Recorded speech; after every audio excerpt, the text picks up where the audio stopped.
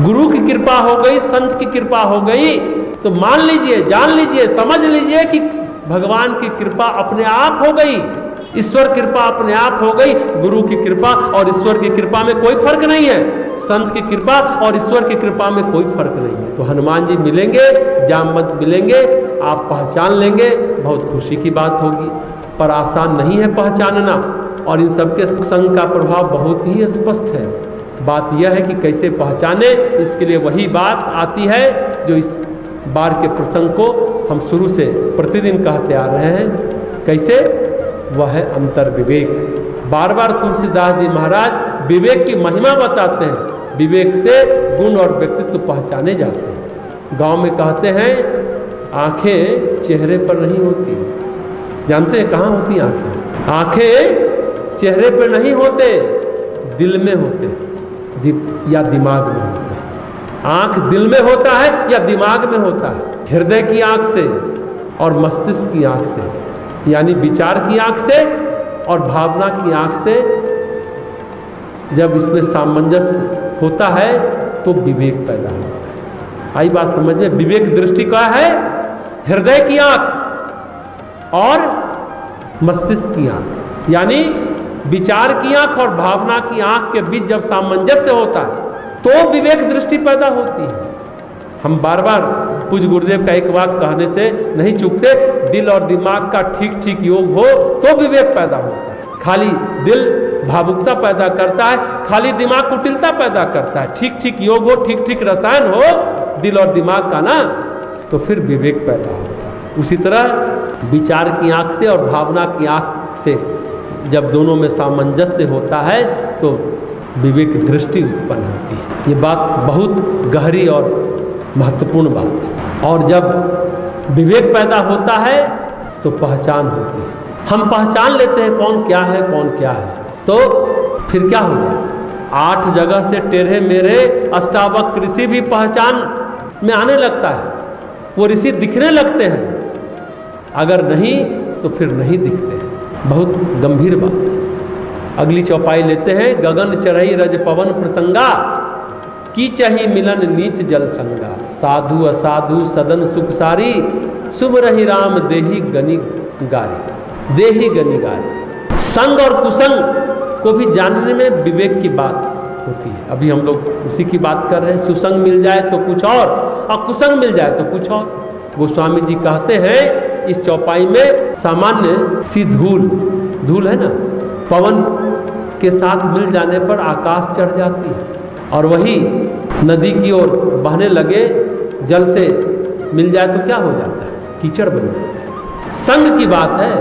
नदी के जल से मिले तो कीचड़ बनता है, पवन के साथ धूल मिले तो आकाश चढ़ता है। साधु के घर तोता मैना राम राम सिमरते हैं, और असाधु के घर में तोता मैना चुन चुन कर गिन गिन कर गालियां देते हैं। तो बात यह है कि संग क्या मिला, साथ क्या मिला। मनुष्य की आत्मा में सभी गुण हैं, सभी प्रकाश है, चित्त से उनको ग्रहण करते हैं। अब क्या ग्रहण करते हैं ये संग पर निर्भर है। धूल वही है, अगर हवा का साथ मिले तो आकाश बहुत शक्तिशाली, सामान्य से बहने वाले जल में मिल जाए तो कीचड़। महत्वपूर्ण बात है हम कर क्या रहे हैं और सोच क्या रहे हैं। हम कर क्या रहे हैं और सोच क्या रहे हैं। विवेक से पहचान पा रहे हैं क्या? सामान्य आदमी भी किसी विशेष के साथ मिल जाता है तो उसका महत्व बढ़ जाता है। जैसे एक सामान्य कलर थे आर.के. धवन, प्रधानमंत्री इंदिरा गांधी से मिल गए। बहुत महत्वपूर्ण व्यक्ति माने जाते थे एक समय इंदिरा गांधी के टाइम में, महत्वपूर्ण व्यक्ति बन गए। तो साधु संघ है या असाधु संघ है, महत्व इसका है। दुर्जन का है तो दुर्जनता सीखेगा, और सज्जन का है तो सज्जनता सीखेगा।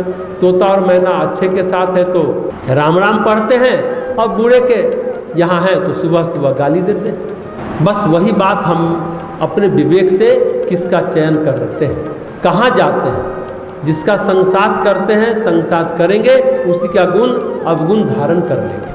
ये सोचकर विचार कर हमें संग साथ करना चाहिए।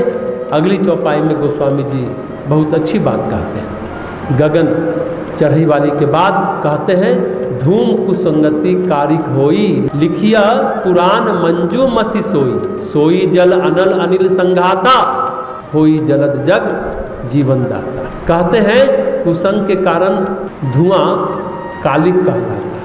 कितनी छोटी छोटी उपमा गोस्वामी जी कहते हैं कि सभी लोगों को समझ में आ जाए, बुद्धिमान को भी, कम बुद्धिमान को, कम समझदार को भी, साधारण से साधारण आदमी भी। क्यों रामचरितमानस आज भी उतना ही उपयोगी है कि इतनी छोटी छोटी उपमा है, उदाहरण है, तो सबको आसानी से समझ में आ जाता है। तो कहते हैं कुसंग के कारण धुआं कालिक कहलाता है, और वही कुआं सुसंग से मिल जाए तो सुंदर स्याही होकर पुराण साथ लिखने के काम आ जाता है। वही धुआं है, वही कार्बन है। कुसंग के साथ गया तो धुआं, और सुसंग के साथ गया तो सुंदर स्याही लिखने के काम आता है। वही धुआं जल अग्नि और पवन के संग से बादल होकर जगत को जीवन देने वाला बन जाए। धुआं वही है, कालिक बनेगा स्याही या फिर काले काले बादल जो पानी बरसाएंगे, धुआं वही है। तो मुख्य बात है कि संग साथ क्या है, संग साथ की महिमा यही है। संग साथ के अनुसार बात बदल जाती है। मनुष्य अपने जीवन में कौन सा गुण संग्रहित करना चाहता है।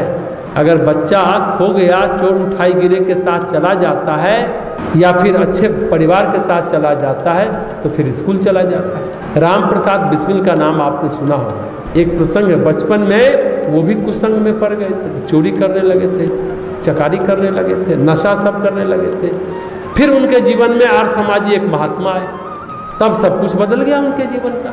धीरे धीरे उन्होंने सारी गलत आदतें छोड़ दी, कसरत करने लगे, गीता पढ़ने लगे, वेद पढ़ने लगे, और राष्ट्र जीवन के लिए समर्पित हो गए। इतने समर्पित हो गए कि चंद्रशेखर आजाद जैसे मनस्वी को दिशा निर्देश देने, राम प्रसाद बिस्मिल चंद्रशेखर आजाद को दिशा देने लगे। काकोरी केस में जब जेल चले गए, आजाद तब बाहर रहे, और फिर उन्होंने क्रांतिकारी दल बनाए। तो स्पष्ट दिखता है संग और कुसंग का बल। कुसंग मिल जाए तो कुछ और सुसंग मिल जाए तो कुछ और। हमारे विवेक में ये पहचानने की बात होनी चाहिए, शक्ति हमारे अंदर होनी चाहिए। कुसंग करते हैं या सुसंग करते हैं, तोता मैना बनकर साधु के घर रहते हैं या असाधु के घर रहते हैं, धुएं की तरह कालिक बनते हैं या स्याही बनते हैं, या फिर बादल बनते हैं। ये सब कुछ हमारे ऊपर निर्भर करता है। हमें प्रतिदिन चयन का अवसर मिलता है, ये बात हमेशा ध्यान रखें। चयन की स्वतंत्रता हमें प्रतिदिन मिलती है। विवेक की कसौटी पर खरा उतरे, फिर उससे चयन करें। तो इंसानी जीवन में चयन का बड़ा महत्व है। इंसानी जीवन चयन का बड़ा महत्व है। गोस्वामी जी यही बात कहते हैं